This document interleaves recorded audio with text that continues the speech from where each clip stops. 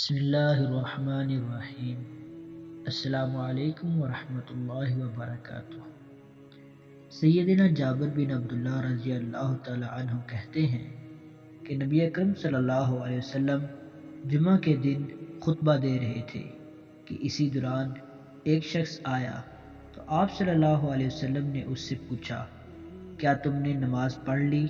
اس نے کہا نہیں، تو آپ صلی اللہ علیہ وسلم نے فرمایا، اٹھو اور 2 رکعت نماز پڑھ لو۔ ابو سعید خدری رضی اللہ تعالی عنہ جمعہ کے دن مسجد میں داخل ہوئے۔ مروان بن حکم خطبہ دے رہے تھے، وہ کھڑے ہو کر نماز پڑھنے لگے۔ پہرے دار آئے تاکہ انہیں بٹھا دیں، لیکن وہ نہیں مانے اور نماز پڑھ ہی لی۔ جب وہ نماز سے فارغ ہوئے تو ہم نے ان کے پاس آ کر کہا، اللہ آپ پر رحم فرمائے، قریب تھا کہ یہ لوگ آپ سے ہاتھا پائی کر بیٹھتے۔ تو انہوں نے کہا، میں تو یہ 2 رکعتیں ہرگز چھوڑنے والا نہیں تھا، بعد اس کے کہ میں نے رسول اللہ صلی اللہ علیہ وسلم کو ایسا کرتے دیکھا ہے۔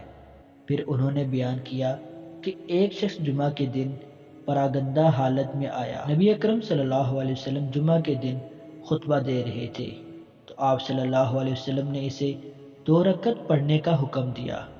اس نے 2 رکعتیں پڑھیں اور نبی اکرم صلی اللہ علیہ وسلم خطبہ دے رہے تھے۔ ابن ابی عمر کہتے ہیں، سفیان بن عیینہ جب مسجد میں آتے اور امام خطبہ دے رہا ہوتا تو وہ 2 رکعتیں پڑھتے تھے اور اس کا حکم بھی دیتے تھے، اور ابو عبد الرحمن المقری بھی اسے درست سمجھتے تھے۔ امام ترمذی کہتے ہیں، ابو سعید خدری رضی اللہ تعالیٰ عنہ کی حدیث حسن صحیح ہے۔